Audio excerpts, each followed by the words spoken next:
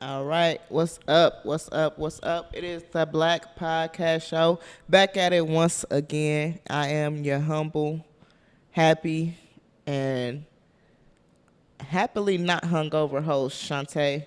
Back at it again with the Black Show. This is season 2, episode 20, and it just gets better every week. You know what I mean? I can't believe I'm here another week just to talk to y'all, just to tell y'all about some stuff that I find interesting. And whoever is listening, I can't believe you're here another week. I have been getting some downloads, so if you've been going on the streaming platforms, downloading my podcast, man, I appreciate that for real, for real. I genuinely do. But if you're watching right now, go ahead and hit me with a like, hit me with a share, hit me with a love, hit me with some kind of reaction. Show me some love. Comment on here, and I believe your comments are up here right on the screen. But anyways, so I'm going to get started right away today. Today I'm going to be talking about, well, I got some motivation for y'all. And I'm going to keep the motivation very, very, very brief today. But it's something, honestly, that was on my spirit. So I couldn't even let another week, I couldn't even let another minute go by without letting y'all know what was placed on my spirit to share with y'all as motivation. And I want y'all to take this with y'all through the week, next month, next year. Just carry this and remember this. And this might not apply to everybody, but if it applies to you, you have to receive it. And actually, there was a lyric that I heard that kind of enticed, instigated, or incited this motivation that I have for you guys. And the lyric was actually by the Yin Yang Twins. They have a lyric where they say, I smoke by myself, I drink by myself, I fuck these hoes by my goddamn self. For real. By my goddamn self. And I was just listening to some old songs the other day, and when that came on, it was almost like I felt a shiver up my spine. Because I'm like, people gotta stop being so fucking needy. You know what I'm saying? Like, stop expecting so much from other people. Sometimes you have to do things by yourself. And it's okay. It doesn't mean, oh, I ain't got no friends. It doesn't mean, oh, don't nobody care about me. It just means sometimes you have to do things by yourself. We live in a society where we're conditioned to believe that you always got to be with your friends or your partner or with somebody, as if being by yourself is weird. Think about it. If you saw, well, not even if you saw somebody, but if somebody told you that they were going to go out to eat by themselves, as a matter of fact, yeah, if you saw somebody out to eat by themselves, you would probably think they were weird. You would probably think they were lonely or something. Maybe you wouldn't think anything, but that's kind of the perception that we have in society. We always got to be with somebody. We can't be by ourselves. If you saw somebody at the movies by themselves, you might think something. Or the perception would be, oh, they're lonely or they can't get a date. Maybe they want to see the movie and they didn't have time to wait for somebody else to go see it. Or maybe they wanted to go see the movie and they didn't think about asking somebody else if they wanted to go. You know what I'm saying? Like, but even having expectations as far as somebody having to help you do something or somebody owing you something. We have to stop having such strong expectations of other people. Remember, the goal you have is not the goal someone else has. Your capabilities are not someone else's capabilities. Now, can y'all team up together if y'all are like-minded in some ways? And you know, you take your capabilities and they take their capabilities, y'all put them together and make something greater? Of course. But y'all have to have some kind of similar goal. Otherwise, you have to go at it by yourself. When you are trying to better yourself, sometimes just having any old body around is going to stop you from being able to do that, because that person is not trying to better themselves. And if you trying to better yourself and you around somebody that's not trying to better themselves, either they're gonna drag you down or you're gonna pull them up. One will happen. And it's up to you which one happens. But typically what happens is they pull you back down. So just remember, it's okay to be by yourself sometimes. You don't have to be so needy. You don't have to always have somebody with you. You don't always have to have a partner to go at something with. You can do things by yourself. It could be something, like I said, as simple as going out to eat or going to the movies. It could be a business idea, a business plan, a business. It could be, just selling something. It could be going back to school, or it could be, anything. But you can do it by yourself. If you find that it's very difficult to bring other people in. You find that you're doing all the work anyways. Excuse me. You find that you're clashing with these people that you thought had the same goal as you, because it turns out they don't have the same goal as you. It's okay to do it by yourself. So, yeah, like I said, stop being so needy. You know what I'm saying? Like the Yin Yang twins and them said, smoke by myself, drink by myself, definitely fuck these hoes by my goddamn self. But I'm not fucking no hoes. I'm happily committed. Anywho, yeah, that's the motivation. Y'all carry that with y'all into the next week, into the next month, into the next year. Don't be afraid to not only be by yourself, don't be afraid to do things by yourself. You don't have to, but don't be so needy. Don't be so needing of other people. So, real briefly, I'm going to jump into the true crime. So I got a comment my girl Mary Agnes said, I wish I could say the same about the not hungover part. She probably commented that earlier. But, yeah, man, to be honest, let me just real quick say, shout out to Dallas's very own J Cash. That's Cash with a K.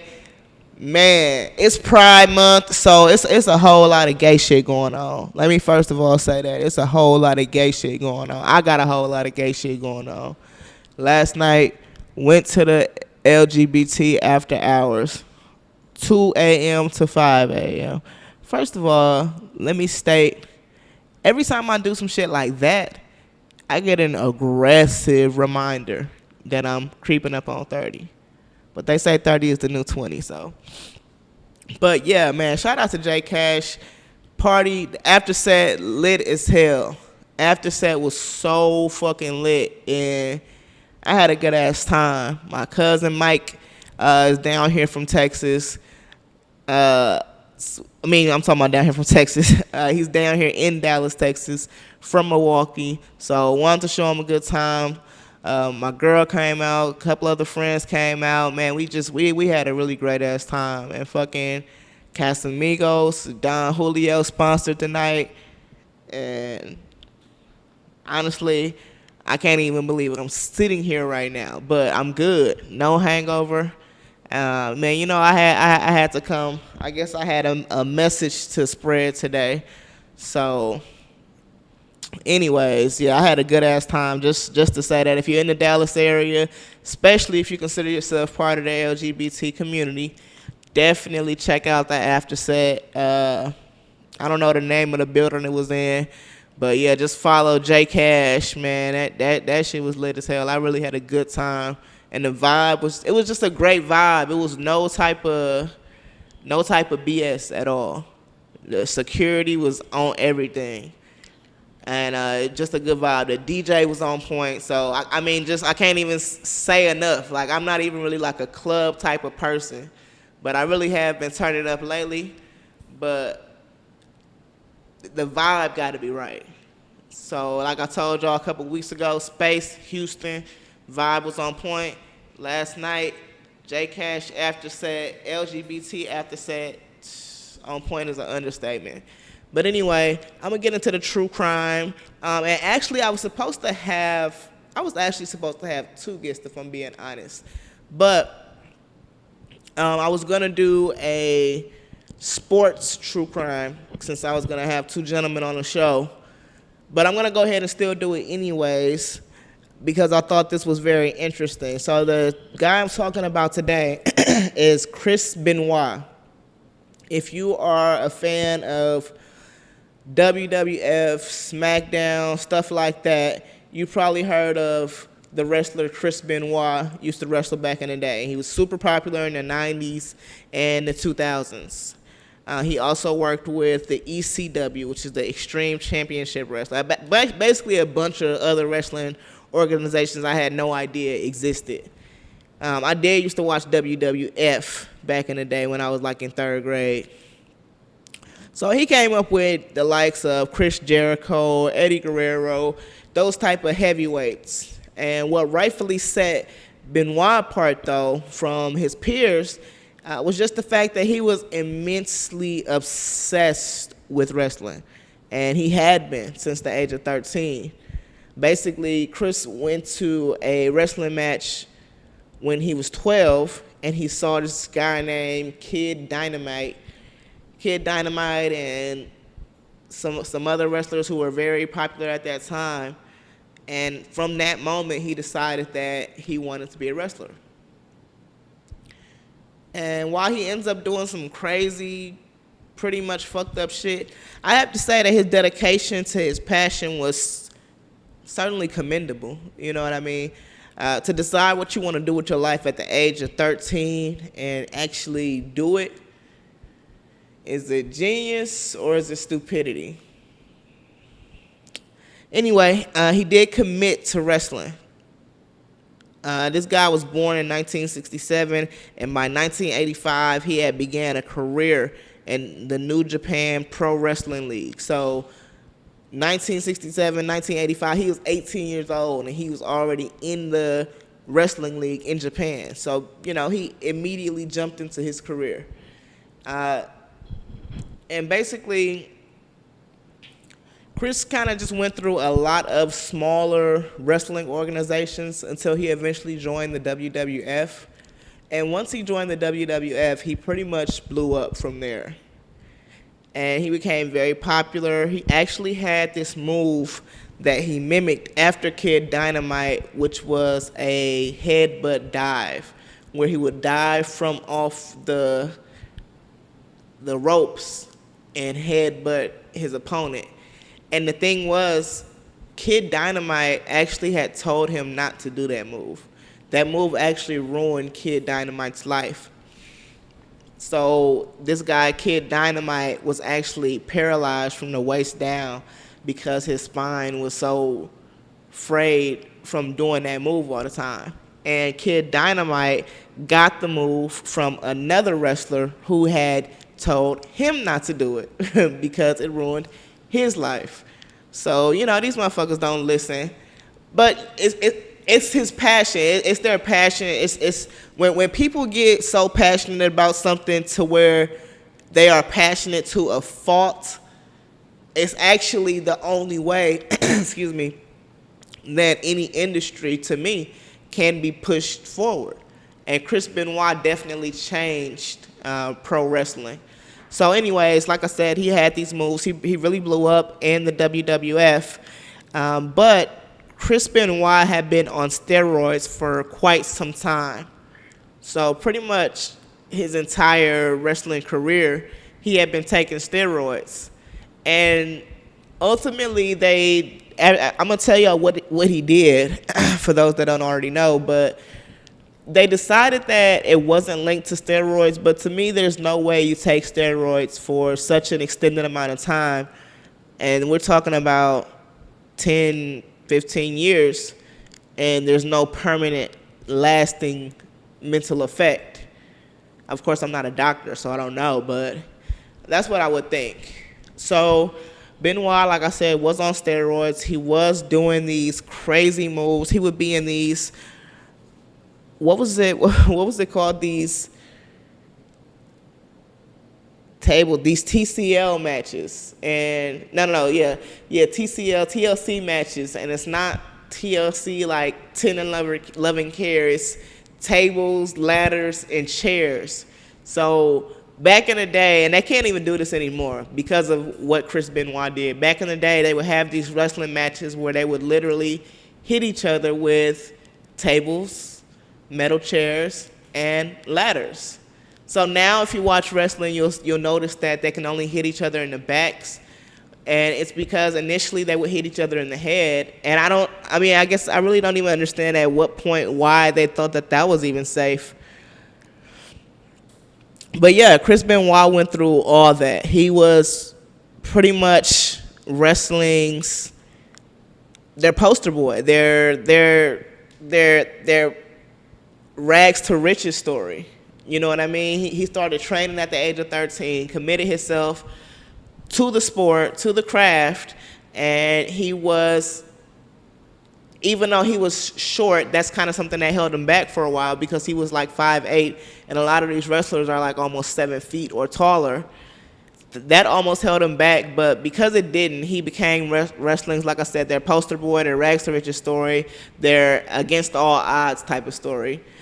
And at one point, they had this guy, this writer, who he was a wrestler initially, but then he became a writer, and he decided that Benoit should do a storyline with his wife, where his wife acts like she's leaving this other guy for Benoit, and so they're spending so much time together doing the damn story that her and Benoit actually fall in love. They run off together and get married, and it's just a whole lot of drama, but everybody loved him. So basically, what we end up finding out is that on top of the long-term steroid use, Chris Benoit actually developed CTE as well. So I know typically you're used to hearing about CTE in football cases, but like I said, you have to understand this guy was being hit in the head over and over again, not only by, the actual wrestling mat, but tables, chairs, ladders. This guy is being hit in the head by fists, feet. So he did develop CTE. But at that time, CTE wasn't widely recognized, and pretty much the health of the wrestlers came secondary to ratings, views, and stuff like that. So now there are a lot of mental health standards. There's a lot of physical standards. The wrestlers are required to take time off to heal for certain things. Chris Benoit was actually that guy that never took a day off. So like I said, he came up with Chris Jericho, Eddie Guerrero, and Eddie Guerrero was like his best friend. So when Eddie Guerrero died, Benoit pretty much took that very, very hard. And from there, his mental health pretty much just declined, and he never bounced back. So one day, when Chris Benoit was supposed to be on his way to a huge wrestling match, a championship wrestling match, he actually texted Eddie Guerrero's nephew and said, the dogs are in the backyard, the door's unlocked, et cetera, et cetera. And so it was kind of a strange text message, but they're calling him trying to figure out why he's not at the match. And so he's saying, oh, my wife and my son are sick, so I can't come to the match. I have to take care of them. And so one thing that he said that Eddie Guerrero's nephew found weird was when they got off the phone, he said, I love you. So Benoit was kind of like a man's man. He was very hard, very kind of emotionless.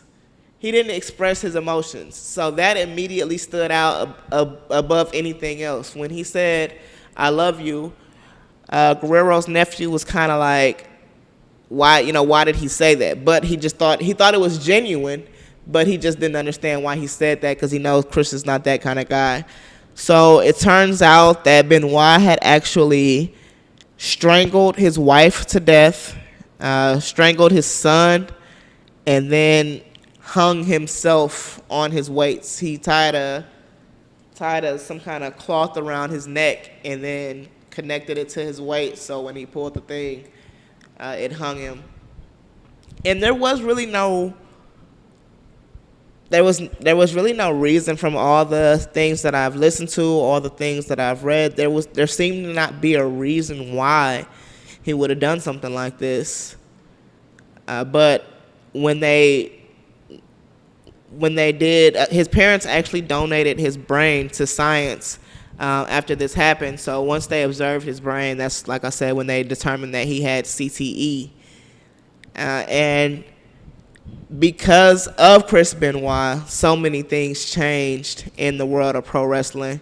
Honestly, I think it's pretty interesting, but also what I hated was that WWF and WWE immediately removed all traces of Chris Benoit from their website, from any promotional videos, and I just thought that was kind of weird. I mean, it's wrong that he killed his wife and his son, and I think it's really sad. I think it's a tragedy. And he pretty much went from wrestling's poster boy, I'm trying to think of basically like a male type of Cinderella character. He went from that to being the demon child. He went from being uplifted to being shunned. So it just goes to show that they pretty much used the shit out of him, worked the shit out of him. And he was just so committed to the craft because he loved wrestling. He was just so passionate about it that I don't think that he looked at it as being used. I don't think that he considered it as he was being used. I think that he just enjoyed wrestling. But yeah, he killed his wife and son and himself. And everyone said that they would have never thought Chris Benoit would do something like that. And I guess it just goes to show you never know what's going on in someone's head. We have to kind of take care of one another because you never know what someone else is thinking. I mean, I don't know there's kind of a lot of disputing stories about Benoit's actual character, what kind of guy he was. Of course, his ex-wives called him sometimes cruel. Sometimes they retract those statements. So I'm not really sure what kind of guy he was, but a lot of people said that this completely came out of left field. They would have never imagined that he would do anything like this. But they did say he was a little bit introverted outside of being a wrestler. So, yeah, I just did want to talk about Chris Benoit. Of course, there's no justice to be served in a case like this because he did commit suicide. But, you know, what do you say? You just got to take care of ourselves as far as physically, mentally, making sure that we're not working ourselves to death. Even though I commend him for being so dedicated to his passion, you got to take a day off. You got to take some time to process things. You got to take some time to make sure that you're not working yourself into an early grave or into a state of insanity. All right, so we're going to jump right into the advice segment. Rest in peace to those that were killed in that case. And I'm glad that CTE is much more, spoken about, much more known about now. There's much more research on it, medicine. There's ways to, I don't know if there's ways to treat it. I'm not going to sit here and lie. But at least there's more awareness of it right now. All right. Okay, so I'm not sure if it's frozen or not. Okay. All right, let's get into the advice/Tay Talk. I'm going to do some Am I the Assholes for you guys. Because there are just some people out here in the world in need of advice. I mean, I can't help everybody, but those who I can, I will. I'm just one person. But because I'm just one person, I must do what I can to help. All right, the first one is this. Am I the asshole for no longer letting my mother-in-law watch my daughter after she kept throwing away the food I sent? Sounds like petty family tea. This guy says, I am a widower. I have a 6-year-old daughter who's a very picky eater and got worse after her mother's passing. Rest in love, Mom. She loved her mother's cooking and refused to eat anything that isn't made by her mother. I decided to learn how to cook her favorite meals that my wife used to cook, and my daughter has been loving my version of her mother's cooking. I recently started working a new job, and my mother-in-law started watching my daughter 3 days a week. I have my sister helping, so I'm doing good. I prepare meals for my daughter to take with her to her grandparents' house so my mother-in-law won't have to worry about what my daughter can and cannot eat. My mother-in-law complained about the meals I send and said I needed to encourage my daughter to eat from a variety of dishes. I already explained how my daughter is when it comes to food and that I'm already learning new dishes every week, so it's not repetitive. So last week I discovered that my daughter has been eating only snacks for days at her grandparents' house. She told me this and I was confused. I asked about the meals I send with her, and she said that her grandma would take them from her hand once I leave, throw them in the trash can, and tell her to eat dishes she makes. My daughter refused and has only been eating snacks at that house. I was enraged. I confronted my mother-in-law, and she said she didn't find that me sending meals with my daughter was the right thing to do and wanted her granddaughter to eat her cooking, and was upset that she refused. She said it's my fault that her granddaughter doesn't want to eat certain foods and that I was spoiling her rotten with this behavior. I mentioned to her that the meals she threw away were my wife's recipes and that I struggled so hard to provide those meals, as well as taking time to learn to cook them. She stated I wasn't doing a good job parenting and needed to get a grip because she's feeling concerned about how spoiled my daughter is being because of me. I eventually told her I won't let her watch my daughter from now on and decided to ask my sister for help. Father-in-law and sister-in-law keep calling me cruel for not letting them see their granddaughter, and father-in-law said that I overreacted and promised to convince his wife to let my daughter eat what she wants as long as she visits. But I refuse to discuss it because right now I really don't take what they say at face value. Wow. That is funny. So I'm gonna call you Dion, and I'm gonna call your mother-in-law Kathy. I don't know why she just giving me Kathy vibes. Like, this bitch is crazy. Dion, are you the asshole? Hell no. This bitch is, and I'm sorry for calling your mother-in-law bitch, but yeah, I'm just saying what you can't. I don't know the hoe. This bitch is taking the food that you provide for your daughter, the food that you buy with the money that you make at work, that you only have one income now because your wife just passed away.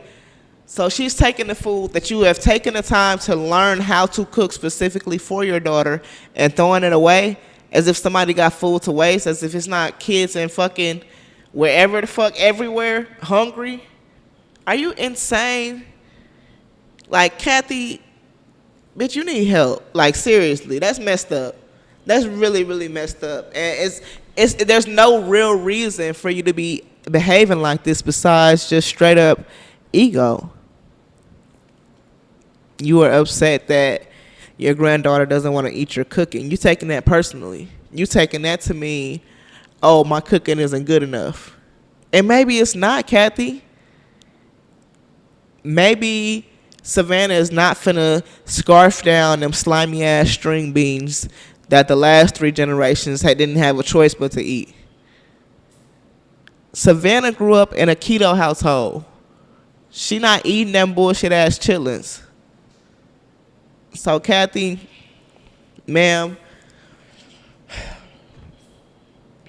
You know what, Kathy? This not even about you. Dion, no, you're not the asshole. Let me just emphasize that you need to, I don't know what you need to do, but yeah, Kathy is fucking crazy. She has lost it. She has most definitely lost it. That just really made me upset. She's throwing away food. Like, come on now. It's people that don't have anything. It's people, not even just the food. A father that would take the time to learn how to cook the recipes of his daughter's mother that passed away. It's people that don't have that. So for you to deprive your granddaughter of that, that's just, I can't understand why you would do something like that and then still say you care about her. And you talking about she being spoiled rotten. Why? Because somebody give a fuck about her?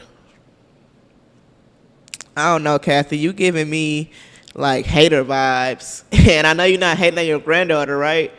So I'm just confused at this point. But yeah, Dion, you just keep doing your thing. You know what I'm saying? Keep being the amazing father that you are. Don't let the haters get you down. Fuck that bitch Kathy. And you know what I'm saying? Like I said, bro, keep doing you. All right, we're going to jump into the next one. Am I the asshole for not wanting my dad/uncle's poly partners at my wedding? Okay. I am a 27-year-old female. I'm getting married in a few months. My dad's side of the family has a very normalized multiple wife/girlfriend way of life.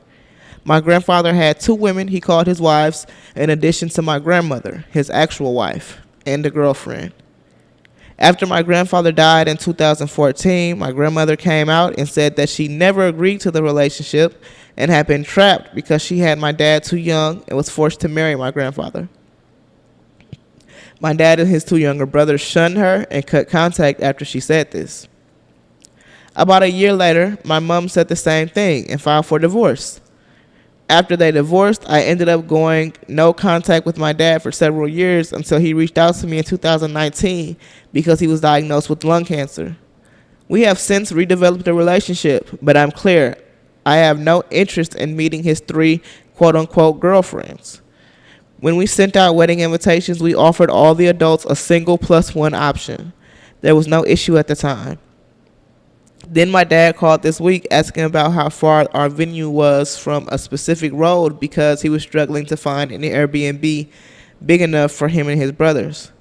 I was confused because I assumed there would be a max of 6 people, and I knew of several Airbnbs in the area that size. He then said that he was bringing all 3 of his girlfriends. Uncle was bringing his wife and his girlfriend. Uncle 1 was bringing his wife and his girlfriend, and Uncle 2 was bringing both his girlfriends as well. I calmly reminded him that he was only allowed a single +1, and I wasn't going to pay for 4 extra women I'd never met to drink and eat at my wedding. He said he thought the +1 was a joke because he knew my mom was bringing her husband as well as her 6-year-old and newborn. So he assumed he got 3 guests too. I said 2 children whom I'm very close to and one of whom is my flower girl were completely different to 4 extra random women. He then flipped his shit and accused me of discriminating against his lifestyle and siding with mom and holding a grudge about their divorce. Am I the asshole for not letting him bring extra guests? No.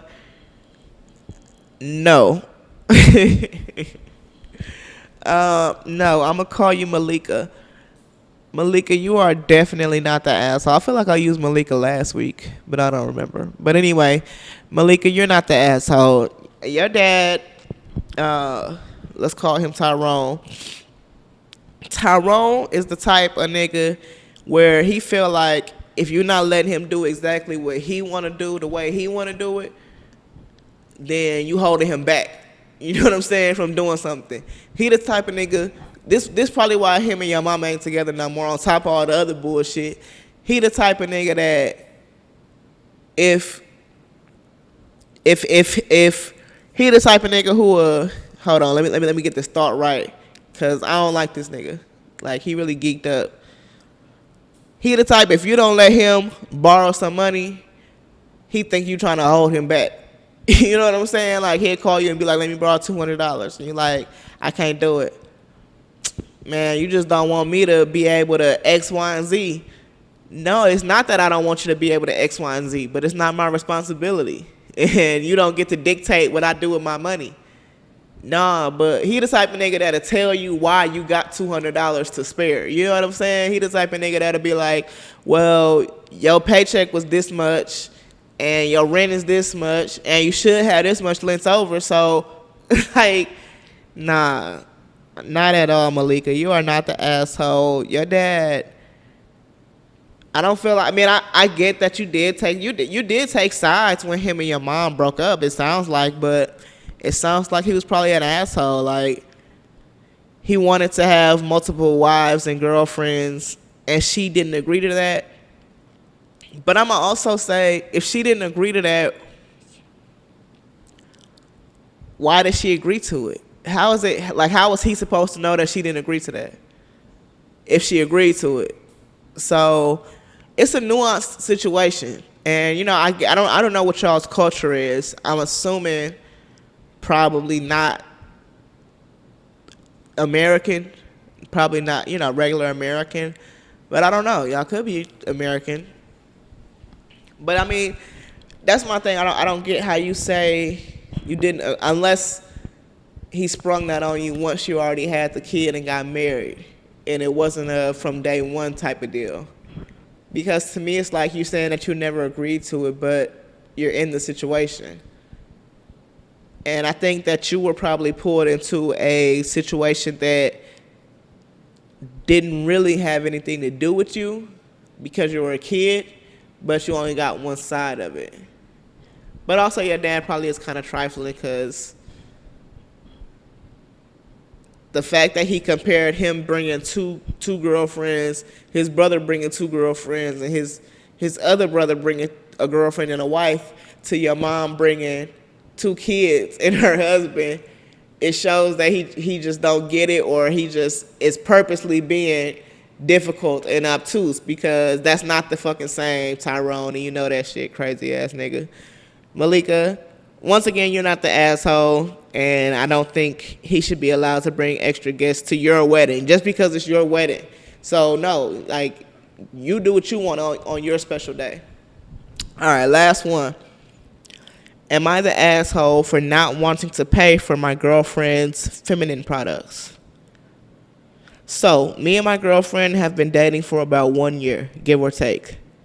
She asked me to buy her some pads since it looked like she had run out, and I asked her to give me money to buy the pads, which resulted in her giving me a weird look and telling me to buy it myself. See, the thing is, hey, when a nigga say, see, the thing is, it's finna be some bullshit after that. So, let's see. See, the thing is, the type she wanted me to buy were $20, and we keep our finances separate. If she wants something, she uses her own money.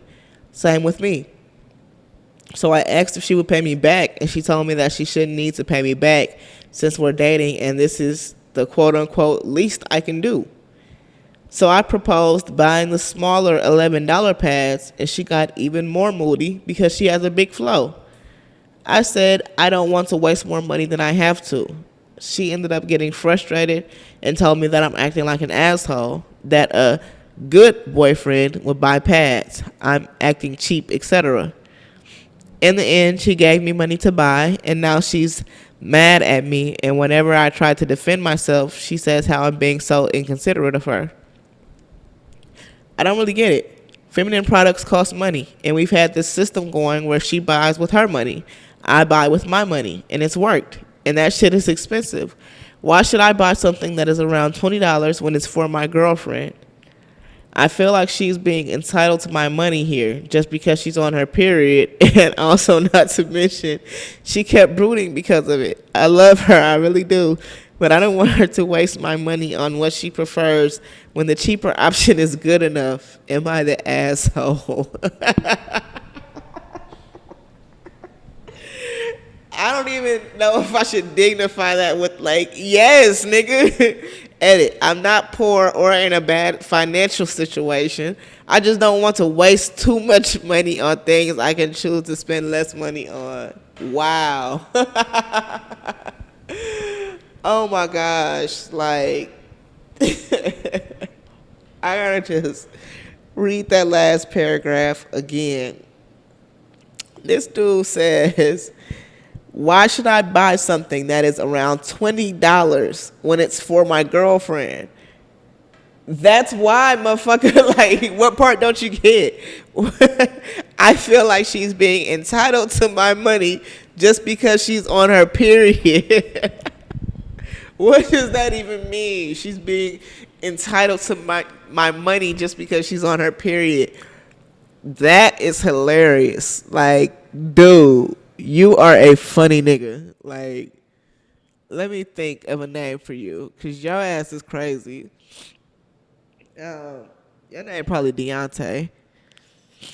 You sound like a Deontay. You a weird ass nigga, man. Like, dude, you can't buy your girl some pads. Like, come on now, bro. Like, she is being entitled to your money, which I'm going to say this. If y'all have had this system going and you telling me that your girlfriend has not spent any money on you, that's different.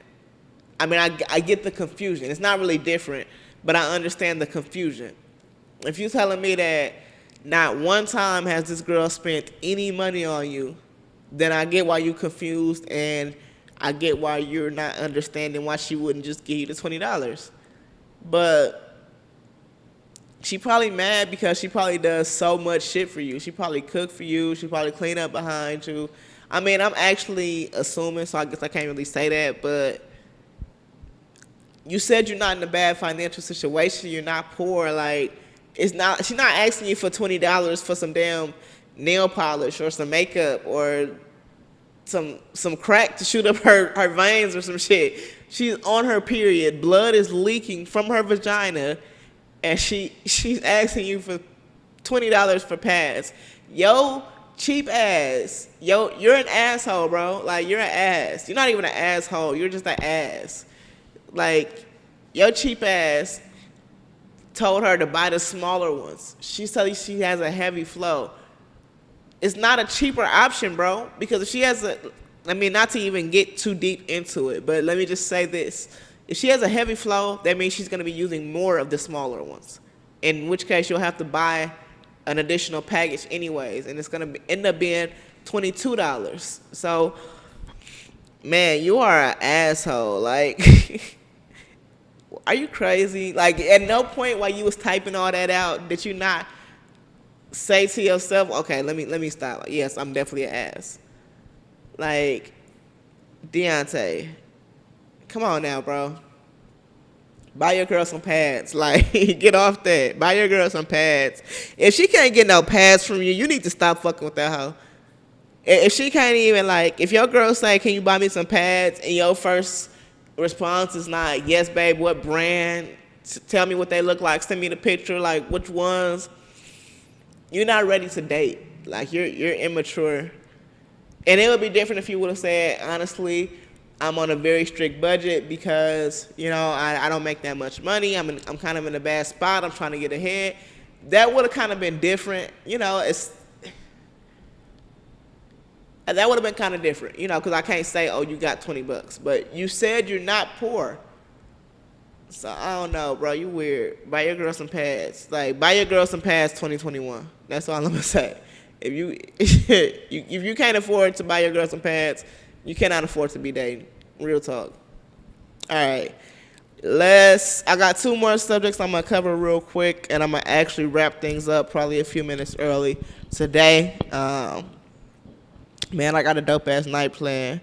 I got some romantic shit planned. But anyway, so let me get into the Tay Talk. Real quick, I want to talk about this guy, James Norris Williams. And I'm going to get a picture of him up on the screen for my people that's actually watching this, that's viewing this and not listening. But if you're listening, you might want to look this guy up. Let me get the correct name. Season 2, episode 20. Yeah, this guy's name is James. Oh, it's Keith. Keith Norris Williams. Keith Norris Williams, man. This guy is nasty. First of all, he's a U.S. senior airman, U.S. Air Force senior airman. So he is obviously, you know what I'm saying, in a position of power within the United States, or within the United States military, rather. This guy left Florida. First of all, he used social media, a social media dating website, to meet a young lady. And I'm going to say this. I'm not even going to give him flack for that. I'm not going to give him flack for using social media to meet a young lady. Nothing wrong with that. What I'm giving him flack for is using social media to meet an 11-year-old girl. I'm going to say this. Even if you didn't know she was 11 years old because y'all was talking online and you can't see her, and I guess people, even kids, can be convincing or manipulative, whatever the case may be. Maybe she could have tricked him. Maybe her conversation, maybe she been around enough grown folks to convince him that she was an adult based on her conversation. Maybe she used other pictures and catfished him. But once you left Florida and went to Alabama and saw that it was an 11-year-old girl, the very first thing you should have done, you probably should have told her fucking parents. But I can understand if that would have been like, you don't know how they're going to react. But you should have told someone. At the very least, you should have took your ass back to Florida without touching this girl. Because it's no way in person an 11-year-old can convince you that she's an adult. It's not possible if you have brain cells that are connected at least. You know what I'm saying? There's no way an 11-year-old can convince me, an adult, that they are an adult as well. An 11-year-old doesn't have the life experience to act adult-like, because it's not an act when you're an adult. An 11-year-old doesn't have the capability, no matter how mature they are. They're not able to convince you that they're an adult. So, man, I just want to say this. I'm not going to get too deep into it, but so basically, actually I will. I'm going to get into it real quick. So this guy, Keith Norris Williams, used this dating website called Badoo, which I've never even heard of that. I don't know what kind of dating website that is. But he used this website called Badoo to meet this girl. He went to Alabama, had sex with this girl in her backyard. He raped this 11-year-old girl in her backyard. And when he, I guess, went back to Florida, somehow he ends up finding her on Facebook. But he didn't know that her dad was basically over her Facebook page. So when he sent her the friend request, the dad accepts it. Well, the dad wrote him back and was like, "Hey, do I know you?" Pretending as if he was the daughter.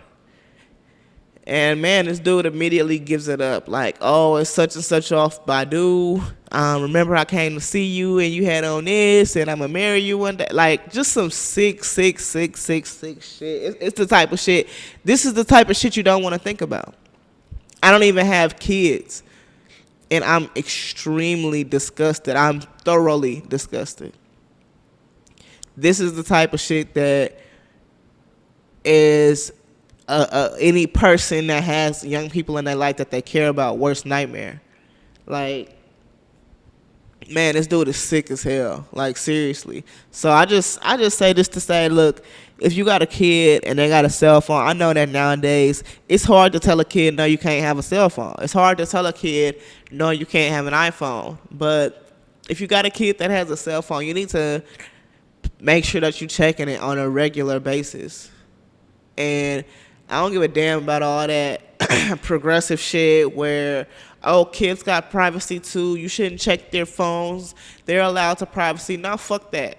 Whoever paid a bill can check the phone whenever the fuck they feel like it. Whoever bought the phone can check it whenever the fuck they feel like it.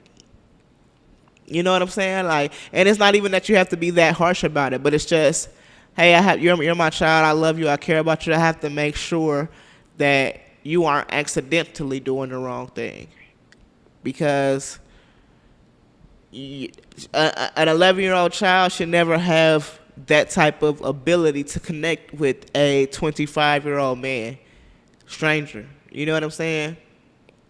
So I hate that. And okay, so on a lighter note, to just end things off with, this shit with Monique is hilarious to me. I didn't even realize that I didn't talk about it last week, but so people are mad that women are wearing bonnets in public. As a matter of fact, Monique went live in this house coat you see on her body right now. And what she stated was that black women should not go in public in an unpresentable fashion. She said that she was in the airport in Atlanta, traveling to, I think she said Jacksonville, Mississippi, or something like that. And she saw a whole bunch of sisters with bonnets and blankets and pajamas on. And it bothered her, I guess, because they looked like they had just rolled out of bed or whatever the case may be. And my thing is this. I have actually worked at the airport before. Well, okay, let me first state this. I understand that Monique is older. I understand she's from the old school. And that most of us, even now, were brought up that you don't leave the house in an unpresentable fashion. You leave the house dressed like something. You leave the house looking clean, looking neat, looking decent, like you are somebody. Fair. But at the same time, as a society, I believe that we are, in a sense, past that stage of I have to always look put together no matter what to impress people that honestly don't matter. And I'm not saying that you shouldn't smell good. Yeah, you should take a shower and clean yourself and wash your face and brush your teeth and all that. But if somebody is traveling at 6 o'clock in the morning and they have a bonnet on, I'm going to assume that young lady is not taking that bonnet off until she gets to her destination, because she want her hair to be on point. She's not trying to impress nobody at the airport. She ain't going to never see these people again. You know what I'm saying? Like, if somebody got a blanket wrapped around them, it's probably because they're cold. And they want to be comfortable in addition to that. Pajamas, I honestly, would I do it? No. But I just don't care. Like, I legitimately don't care. Like, as someone who worked at the airport, I've seen people wear so much of everything, and it never crossed my mind to be like, oh, this motherfucker got on pajamas? What kind of person are they? What kind of job opportunities are they leaving themselves open to? Are they a queen or a king? No, because I was too busy getting cussed out by people that for some reason thought that I at the ticket counter was the one personally telling their flight to be delayed. Those are the people I care about, how a person acts. I don't feel like if they're not at the airport fighting in their pajamas and their bonnets, who fucking cares? And then this is what pissed me off. How you gonna say you can't come in public without looking presentable and you got on a house coat? Like, come on now. Like, you're in public. When you on live and you have over 1 million followers, that's in public. So how you gonna say they can't come in public with their bonnets and you in public in your house coat? What's the difference? So, but I'm gonna say this, Monique is on this spiritual auntie journey. I want her to get back to being funny. I don't think, like, I don't know where she was coming from, a place of love. Don't get me wrong. I'm being funny. I'm talking shit, but I really want Monique to get back to telling jokes. Like, that's what we love her for. If she would have said this in a funny way, I actually feel as though it would have been better received. Like, facts. I really feel like, because she made a follow-up video because she got so much backlash. But I think that if she had made this a funny video it would have been a lot more well received. Like, girl, I'm tired of going to the airport and seeing these ghetto ass hoes up here in these pajamas. I mean, I don't know, I'm not a comedian, but I'm just saying, like, she could have said it in a funny way. Um, but it's just an interesting conversation. I do think that people should present themselves the way they want to be received. I will say that. I will also say I think it's a time and place for everything. So if she would have said, and this is my opinion actually, I'm gonna say this. I hate when people go to their baby school and go inside and talk to the teacher and the principal with their bonnet and their pajamas on. It's one thing if you dropping the kids off, picking them up, you ain't getting out. But then you all at the school in your bonnet, your pajamas, your leggings with no drawers, your lingerie tops, and the dress you wore to the club last night. Like, come on now, this is a professional learning environment. This is a school. You know what I'm saying? You know, you shouldn't go to work in your bonnet. You know what I'm saying? But the airport, I'm in the car, just in the air. I'm on a bus, just in the air, like you going somewhere. So that's all I wanted to say about that. That's my opinion on that. I would love to get more people's opinions. Just kind of an interesting conversation. I thought just to see people so riled up about it. I think that for me personally, if you're not bothering nobody, you're not hurting nobody, you're not offending nobody, do you. And I'm not gonna stop you from doing you. You want to be comfortable, do you. I have no issue with that until you get to coming out in the bonnet and offending me because it stinks, or y'all up here fighting, y'all up here looking crazy, but you just comfortable, you just trying to protect your hair, you doing your thing, do you. But all right, I'm going to get on out of here today. This is the Black Podcast Show. Make sure you like, share, subscribe, comment. Fuck with me the long way. I am on all streaming services, Apple, Google Play, Spotify, Stitcher, all that, Pandora, all that. So we got some big things coming up in the month of June. I got to do it big for Pride Month, so make sure you watch it every week. Every Sunday, I'm live on Facebook, and Monday, it's on streaming services. So once again, this is the Black Podcast Show. I'm your girl, Auchante. Stay up. Stop being so fucking needy.